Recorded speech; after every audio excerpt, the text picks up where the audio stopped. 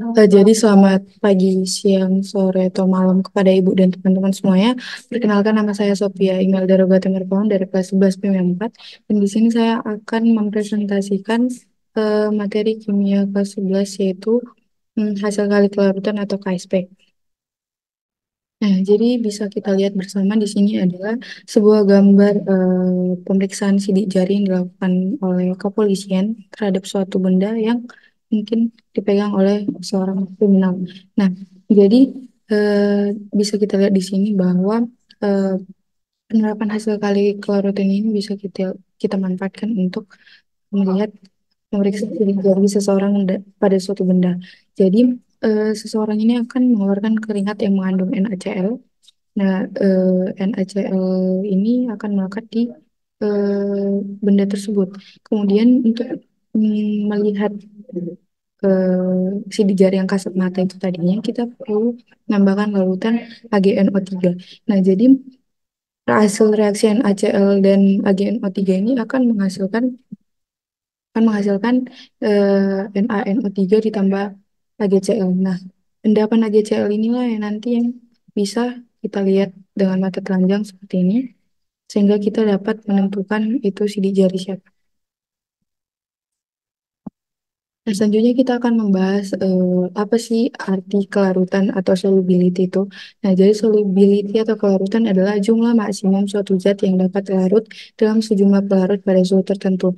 Nah, jadi ini khususnya kelarutan ini kita lihat pada basa kuat yang sukar larut dan juga garam dari asam lemah yang sukar larut.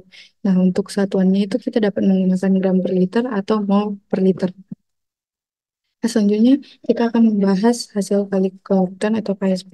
Nah, konsentrasi zat yang larut dalam larutan jenuh disebut juga kelarutan. Jadi, apa hubungannya kelarutan dengan hasil kali kelautan atau KSP ini? Jadi kita misalkan contohnya adalah MgOH2. MgOH2 ini kalau ionisasikan bakalan menghasilkan Mg2 plus ditambah 2 OH min.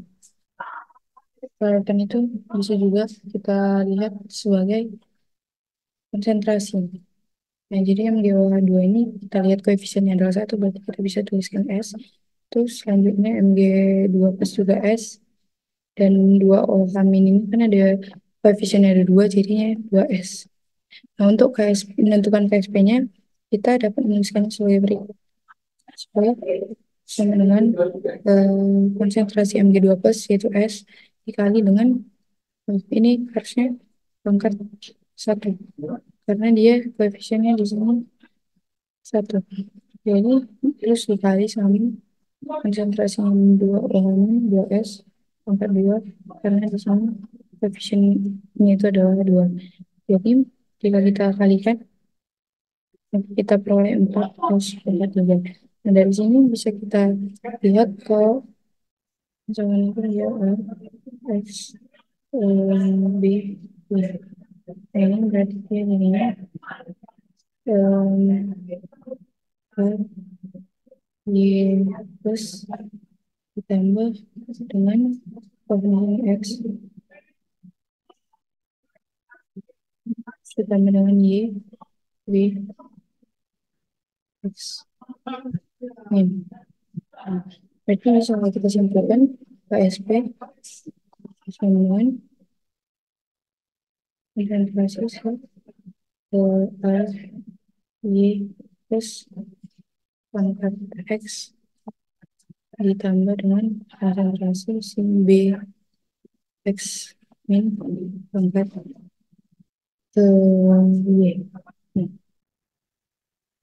Nah, remember, jadi kita udah peroleh ya tadi si Mg KSP-nya MgOH2 itu adalah 4S4 3. Nah, jadi ya, apa hubungan keduanya? Apa hubungan kelarutan dengan hasil kelarutan itu? Nah, jadi kalau misalnya kita udah dapat KSP MgOH2 adalah 4S4 3, nah kita bisa menentukan nilai kelarutan atau S-nya dari KSP-nya ini. Jadi kita buat itu KSP-nya tadi kan P4S43. Berarti kalau untuk ini kita bikin PSP per 4 sama S pangkat 3. Nah, berarti kita pangkat 3 dari PSP per 4 sama dengan S. Jadi bisa kita tentukan si bisa kita tentukan si nilai S ini dari PSP yang udah dikasih tahu tadi. Jadi setelah kita mempelajari kelarutan dan hasil kali kelarutan, kita juga bisa meramalkan penyebab yang terjadi pada suatu lapisan atau suatu zat setelah mempelajarinya. Jadi semakin besar nilai KSP suatu zat, semakin mudah larut senyawa tersebut. Tapi sebelumnya saya ingin mengatakan bahwa tadi kan saya bilang di sini kelarutan itu satuannya gram per liter atau mol per liter.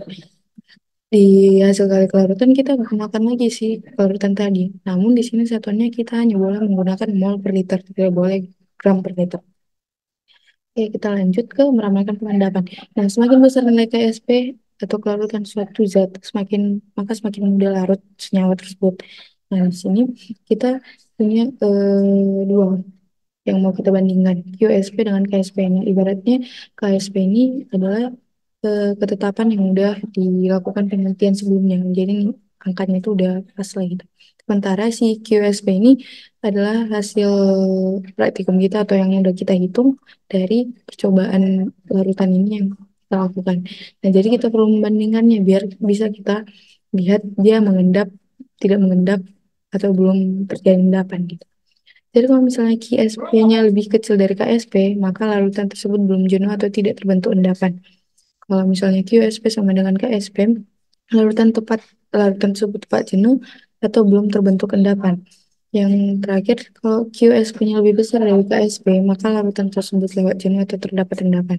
Nah, perlu kita tekankan kembali kalau QSP adalah hasil kali konsentrasi molar ion-ion dalam larutan dengan asumsi zat terdiasosiasi sempurna. Nah, selanjutnya kita akan membahas beberapa faktor yang mempengaruhi si kelarutan ini. Jadi yang pertama adalah ion senama. Nah, pengaruh ion senama ini contohnya HCl dengan HgCl. Nah, ion senamanya Cl-min. Tuh. Berarti penambahan ion senama akan mengurangi kelarutan zat. Nah, dari mana kita bisa tahu itu? Dari asas Ley ketelayar kesetimbangan reaksi. Nah, misal si ada HgCl. Nah, Ag Cl. Ini kan kalau misalnya kita ionkan dia Ag plus tambah Cl min. Nah, kemudian dia ditambahkan ke HCl. HCl. HCl ini kan kita bisa ionisasikan jadi H plus tambah Cl min. Dan di sini kita tengok ion tsunami itu adalah Cl min. Nah, kalau misalnya Cl min yang ditambahkan dengan konsep kesetimbangan reaksi, ini eh, reaktan produknya, terus Xiaomi ini berada di posisi produk. Nah, jadi kalau misalnya produknya ditambah, dia bakalan bergeser ke kiri, ke, ke reaktan, biar seimbang. Jadi kalau misalnya bergeser ke kiri, kan, banyak jumlahnya si Agcl ini bakalan bertambah banyak. Nah, kalau misalnya dia makin banyak, konsentrasinya makin banyak, dia bakalan eh, mengurangi kelarutan ya makin banyak konsentrasinya maka eh, akan makin susah larut. Selanjutnya itu yang kedua itu ada pengaruh pH terhadap larutan. Nah, pengaruh pH ini berbanding terbalik sama sebenarnya dengan tadi pengaruh ion senama. Kalau misalnya ion senamanya yang ditambahkan, nanti kelarutan zatnya akan berkurang. Itu juga dengan pengaruh pH. Kalau pH-nya dinaikkan, kelarutannya berkurang. Kalau pH-nya diturunkan, kelarutannya bakalan bertambah. Jadi ini juga kita pakai konsep asas Leketelaer atau kesetimbangan reaksi. Timbul pH naik, pH naik, nanti S-nya turun. Kalau misalnya pH turun, S-nya naik. Nah, kira-kira seperti itu. Jadi kita udah membahas seluruh materi tentang hasil kali kelarutan. Sekarang kita akan mengerjakan beberapa contoh soal untuk menambah pemahaman kita, tentang hasil kali kelarutan ini. Jadi contoh soal yang pertama itu diketahui kelarutan PbSO4 atau timbal 2 sulfat dengan air pada suhu tertentu adalah 1,4 kali 10 pangkat minus 4 mol per liter. Nah, yang ditanya adalah tentukan massa timbal 2 sulfat dalam satuan miligram yang dapat larut dalam 500 ml air. Nah, di sini bisa kita tuliskan S dari si Pb So4 ini adalah 1,4 kali dengan 10 pangkat minus 4 mol per liter.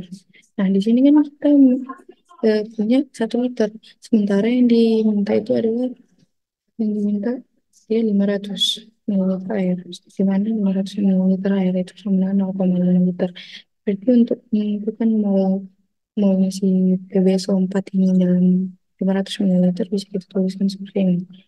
S dikali dengan volume. Nah, S-nya tadi 1,4 dikali 10 pangkat minus 4 kali dengan 0,5 liter. Nah, ini nanti kita peroleh dia 0,7 kali 10 pangkat minus 4. Nah, kita tahu kalau misalnya rumus mol itu kan masih per ml dalam ini dalam gram. Ya. Jadi untuk menentukan massa, eh menentukan massa, saya bisa buat mol dikali dengan mr. Nah, sebelumnya kita perlu tentukan si mr-nya si PbSO4 ini. PR-nya PB itu dia 206. ARS itu sama dengan 32 dan ARO sama dengan 14. Jadi bisa kita tuliskan MR-nya itu sama dengan 206 tambah 32 tambah 14 kali 4. Jadi dia itu sekitar 294. Jadi kita langsung masuk ke sini. Tadi molnya kita udah punya 0,7 dikali 10 pangkat minus 4. Terus dikali dengan MR-nya itu 294. Jadi nanti kita dapatlah dia 205,8 kali 10 pangkat minus 4. Tapi ini masih dalam satuan gram. Sementara ini diminta dalam miligram. Jadi kita perlu kalikan dengan 10 pangkat 3 atau kali 1000. Jadi kita perlu nanti 20,8 miligram. Nah, jadi massa PbSO4 dalam satuan miligram yang dapat larut dalam 500 ml air adalah ini 20,58 miligram. Nah, selanjutnya kita masuk ke contoh soal yang kedua. Suatu larutan mengandung garam PbCO32, MnCO32, dan ZnCO32. Masing-masing yang konsentrasi 0,001 molar atau 10 pangkat min 3 molar. Pada larutan ini dilarutkan ke OH padat hingga pH larutan menjadi 10. Diketahui bahwa KSP PbOH2 sama dengan 2,15 min 15. Kemudian KSP NaOH2 sama dengan 4,5 kali 10 pangkat min 16 dan KSP ZnOH2 sama dengan 4,5 kali 10 pangkat min 17. Yang ditanya adalah maka basa yang mengendap adalah. Jadi kita perlu lagi kembali ke ini tadi. Katanya dia basa yang mengendap. Jadi kita perhatikan si yang QSP-nya lebih besar dari KSP. Nah, tadi kan KSP udah dikasih tahu di soal. Sekarang kita perlu cari QSP-nya. Yang kita perhatikan di sini kan strukturnya ini struktur iornya PbCO32 dan yang dia lagi itu kan sama. Jadi kita ambil aja sampelnya itu si PbCO32. Jadi di sini juga konsentrasinya kan sama. Jadi sampelnya di sini yang beda nanti. Dan struktur basanya juga struktur ion basanya juga sama. Jadi bisa kita tuliskan ini C P B C ya. Nah, ini kalau kita ionkan kan dulu kamu PB 2 plus tambah 2 3 min. Jadi di sini kan konsentrasinya si PB CO tiga empat min 3. Nah, 10 min 3 ini kita bisa masukkan ke sini tadi. Nah, berarti dia PbCO 3 dua kali itu kan 10 min 3. Nah, ini koefisiennya juga 1 berarti 10 min 3. Nah, ini kan 2, berarti 2 dikali 10 min 3. Nah, selanjutnya dikasih tahu soal dia ditambahin dengan KOH. pH-nya jadi 10. Kan KOH ini kita tahu dia itu basa kuat. Jadi kemungkinan harusnya itu nanti bakalan bersifat basa. Jadi kita ubah ke pH. Nah, pH-nya ini jadinya 14 kurang 10 itu kan 4. Berarti nanti vitamin dengan 10 4 min 4. Sekarang kita nengok evaluasi PbOH dulu. PbOH 2. Nah, PbOH 2 ini kan diionisasikan jadinya Pb2 plus tambah 2 H minus. Nah, cara tesnya nengok konsentrasi si Pb2 plus ini 2 orangnya. Nah, kita udah tahu sebelumnya ini KSP kan QSP karena kan itu mau kita cari KSP yang udah dikasih tahu. Konsentrasi si Pb2 plus pangkat 1. Tadi Pb2 plus itu dia yang ini 10 pangkat pendidikan, berarti 10 pangkat pendidikan dikali sama minnya tadi 10 pangkat min 4 pangkat 2 karena di sini koefisiennya 2. Jadi bisa dituliskan 10 pangkat min 3 kali dengan 10 pangkat min 8 yang dia 10 pangkat min 11. Nah, sekarang kita minta membandingkan sama KSP-nya. Kan ini KSP-nya bisa kita pakai ke semua larutan ini, gitu. Karena struktur ionnya itu bakalan sama. Jadi KSP-nya juga bakalan sama juga. Kalau misalnya nanti ada yang meragukan bisa kita coba. Nah, jadi KSP-nya di sini 10 pangkat min 11. Sementara di PbOH2 ini KSP-nya 2,8 kali 10 pangkat min 15. Otomatis sih si KSP-nya lebih besar dari KSP-nya. Maka dia bakalan mengendap. Nah, PbOH2 berarti mengendap. Terus MnOH2 ini KSP-nya 4,5 kali 10 pangkat min 16. Ini lebih kecil kan daripada KSP. Berarti dia juga mengendap sih. Terus dia OH2 ini 4,5 kali 10 pangkat min 17 ini juga lebih kecil dari si QSP. Berarti dia juga mengendap. Nah, berarti eh, jawaban dari bahasa yang mengendap yang mana berarti tiga-tiganya yaitu PdOH2, MnOH2, dan ZnOH2 karena QSP lebih besar dari QSP. Soal selanjutnya itu ada 3 kaurutan kalium nitrat atau KNO3 dalam 300 gram air pada suhu 60 derajat Celcius atau 38 gram. Jika 50 gram kalium nitrat ditambahkan ke dalam 220 gram larutan kalium nitrat 15% massa pada suhu 60 derajat Celcius, maka tentukan massa kalium nitrat yang terbaru. Nah, ini bisa tiga. Katanya dia larut dalam 100 gram air itu 38 gram. Jadi kalau kita sebut itu larutannya sama dengan 38 gram per 100 gram air. Gram air ini gram air. Kan? Nah, jadi kita perhatikan dikasih tahu lagi dia 50 gram kalium nitrat ditambahkan ke dalam 220 gram larutan kalium nitrat dengan 15% massa. Nah, berarti di dalam 200 gram larutan kalium nitrat ini cuma 15% kalium nitratnya, sisanya air. Berarti kita tulis lagi sini NO3 yang dengan 15 per 100 kali 220. Ini dia ini sampai 32 gram. Terus air sisanya itu berarti 100% kurang 15% kan ada makanya per 100 sama dengan 220. Ini kita dapat dia 187 kan. Nah, sekarang kita mau lihat kalau misalnya 100 gram air. Berapa sebenarnya eh, di dalam 100 gram air ini tadi kan ada 38 gram yang bisa larut. Nah, kalau misalnya di 187 gram air ini, berapa yang sebenarnya bisa larut? Karena ini masih perlu kita pertanyakan. Ya.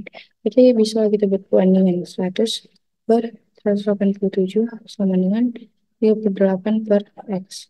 Hmm. Misalnya si X ini banyak kayak 03 yang bisa larut di 187 gram air.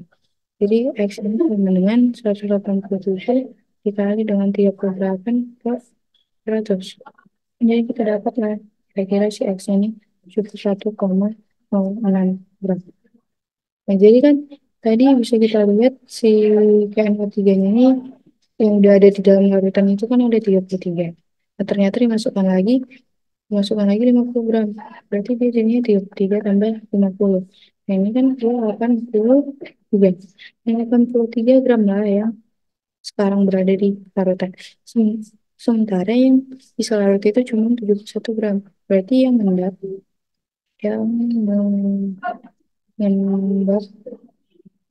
itu adalah 83 dikurang 71,06 gram. Jadi ini dia sekitar 11,94 gram. Jadi tentu massa kalorimetrik untuk larut itu ada ini. Nah, soal selanjutnya itu adalah sebanyak 50 ml larutan KOH 0,144 0,144 m ditambahkan ke dalam 56 larutan KOH 0,144 mol. Nah, kita lihat di sini KOH ini kan basah, terus HCOH ini asam. Kalau misalnya gitu dilihat kayak gini, misalkan kita bisa langsung buat ke MRS. MRS berarti si KOH tambah COOH ini bakalan hasilkan COOH ditambah dengan H2O kan. Berarti kita lihat pada sini kemarin itu sama dengan 50 kali 0,144 sama dengan 7,2 milimol. Masih HCOH ini juga sama berarti 7,2 milimol juga. Jadi kita bisa buat di sini adalah 7,2. Ini 7,2 ini belum ada. Terus di sini karena koefisiennya sama-sama satu berarti sama-sama habis 7,2 7,2. Ini 7,2 ini 7,2 7,2. Ini kita lihat di sini yang sisa itu adalah si garamnya. Berarti bisa kita gunakan atau manfaatkan kembali materi yang sebelumnya kita pelajari adalah hidrolisis. Dan di sini kan kita lihat dia yang disampaikan itu adalah basa kuat. Jadi kita bisa tentukan konsentrasi OH minnya dari si HCO ini. Nah, jadi untuk menentukan apa ini, si konsentrasi itu bisa kita buat rumus hidrolisis. Konsentrasi OH min sama dengan akar dari KW per KA kali konsentrasinya si CHOO-nya konjugatnya. Berarti kita bisa buat KW itu kan 10 4 min 14. Nah, KA-nya dikasih tahu di sini 1,8 kali 10,4. Kemudian kali 10,4. Jadi kita dapat sih CH eh eh HCOO HCOO oh ini salah HCOO HCOO nah itu tadi kan dia 7,2. Jadi ini masih minimal. Untuk konsentrasinya berarti kita bagikan dengan total total volumenya karena dia udah dicampur berarti 7,2 per 100. Nah, COK ini kalau dipisah lagi nanti ini jadinya CO ini tambah 14. Ya udah berarti ini kan satu satu satu. Ya udah ini kita pakai berarti sama aja dengan konsentrasi. Terus langsung kita kalikan di sini 7,2 per 100. Ini nanti kita tahu dia akar dari 4 dikali 10 pangkat 12. Jadi konsentrasi OHM ini itu adalah 2 kali 10 pangkat min 12. Selanjutnya kita mau perhatikan si MNO ini. Kita perlu cari lagi si QSP-nya. Bukan, cari ASP-nya biar kita dapat konsentrasi si MN12 ini. Jadi di sini kita bisa buat MN H2 ini kalau misalnya diamkan bakal jadi MN 12 tambah 2 ohm ini. Dengan kalau misalnya KSP-nya kita mau cari berarti konsentrasi Mn12 dikali pangkat 1 dikali dengan konsentrasi OH pangkat 2. Nah, PSP di sini kan juga tahu termasuknya 2 kali 10 pangkat min 15. Terus Mn12 ini yang dicari konsentrasi Mn12. Terus dikali sama OH min. Tadi OH min itu kita peroleh dia ini konsentrasi konsentrasinya 10 pangkat min 2 kali 10 pangkat min 6. Jadi kita masukkan di sini 2 kali 10 pangkat min 6 dikuadratkan. Berarti ini sama dengan konsentrasi N12 kali sama eh kali N4 dikali 10 pangkat min 12. Berarti konsentrasi N12 adalah 2 kali 10 pangkat min 15 per 4 dikali 10 pangkat min 12. Ini nanti jadinya 0,5 kali 10 pangkat min 3 atau sama dengan 5 dikali 10 pangkat min 4. Nah, jadi inilah konsentrasi si em, konsentrasi Mn12 ini pada kondisi tepat jenuh 5 kali 10 pangkat min 4. Nah, untuk soal yang terakhir itu adalah sebanyak 5 gelas kimia berisi larutan dan volume yang sama. Jika ke dalam 5 gelas tersebut dilarutkan sejumlah perak iodida, maka perak iodida padat akan paling mudah larut dalam gelas kimia yang berisi. Lalu kita perhatikan lagi sebenarnya ini memakai konsep konsumen. Konsumen. Nah, ion senama ini kan penambahan ion senama akan mengurangi kelarutan zat. Jadi kalau misalnya kita mau minta soal tadi, kita mau paling mudah larut. Berarti kita harus cari konsentrasi ion senama yang paling kecil biar dia mudah larut. Dan kita perhatikan di sini perak ionida itu kan Agi. Nah, yang berarti kita perhatikan untuk ion senama itu adalah Ag atau enggak I. Nah, kita perhatikan yang pertama Ca. Ini Ca ini dia katanya CaI2. Berarti di sini kan ion senamanya adalah I. Kita ionisasikan jadinya Ca2 plus tambah 2 I min. Kita buat pakai koefisien 0,15. 0,15 ini 2 kali 0,15 jadinya 0,3. Nah, ini yang kita perhatikan yang bakalan kita bandingkan dengan yang B, C, D, dan E. Nah, selanjutnya ini A, terus B itu ada KI. Nah, KI ini yang kita perhatikan juga adalah I-nya. Nah, di AG itu kita punya I. Nah, ini kalau diionkan jadinya H plus tambah I minus. Tanya HI itu 0,2, berarti H2 0,2, ini juga 0,2. Ini juga yang mau kita perhatikan. Terus C. C ini Ag NO3. Nah, di sini sedikit berbeda karena kita memperhatikan Ag. Karena dia nggak punya I tapi punya Ag. Nah, kita ionkan lagi Ag plus tambah NO3 min. Nah, ini dia 0,25. Ini 0,25. Ini 0,25. Ini yang kita perhatikan. Terus D. D itu B I 2. Kembali kita perhatikan I. Nah, BI2 disyaratkan jadinya BA2 plus tambah 2 I min. Ini dia 0,3. 0,3 ini 2 kali 0,3 ini 0,6. Yang terakhir itu ME. Lagi E2 CO3. Nah, ini jadinya 2 Ag plus tambah CO3 2 min. Jadi di sini 0,35. Ini 0,7. Karena 0,35 kali 2. Terus di 0,35. Nah, yang kita perhatikan di sini aja plus. Nah, sekarang kita bandingkan. Tadi kan kalau misalnya dia mau paling udah larut, berarti konsentrasi yang selamanya itu harus yang paling kecil. Jadi di sini 0,3, 0,2, 0,25, 0,6, dan 0,7. Maka bisa kita lihat dengan jelas yang paling kecil itu adalah 0,2. Jadi si perak iodida padat ini, AgI padat ini akan paling mudah larut dalam gelas kimia yang berisi 0,2 mPi. Paling mudah lah dia larut di sana. Tapi kalau misalnya ditanya paling suka larut, berarti kita lihat paling konsentrasi yang paling tinggi. Berarti yang 0,7, 0,2 ini dulu, 2 CO3. Jadi yang jawaban.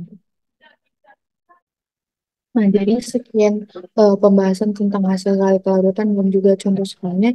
Jika ada kesalahan eh, yang saya perbuat, mohon dimaafkan. Semoga bermanfaat. Sekian dan terima kasih.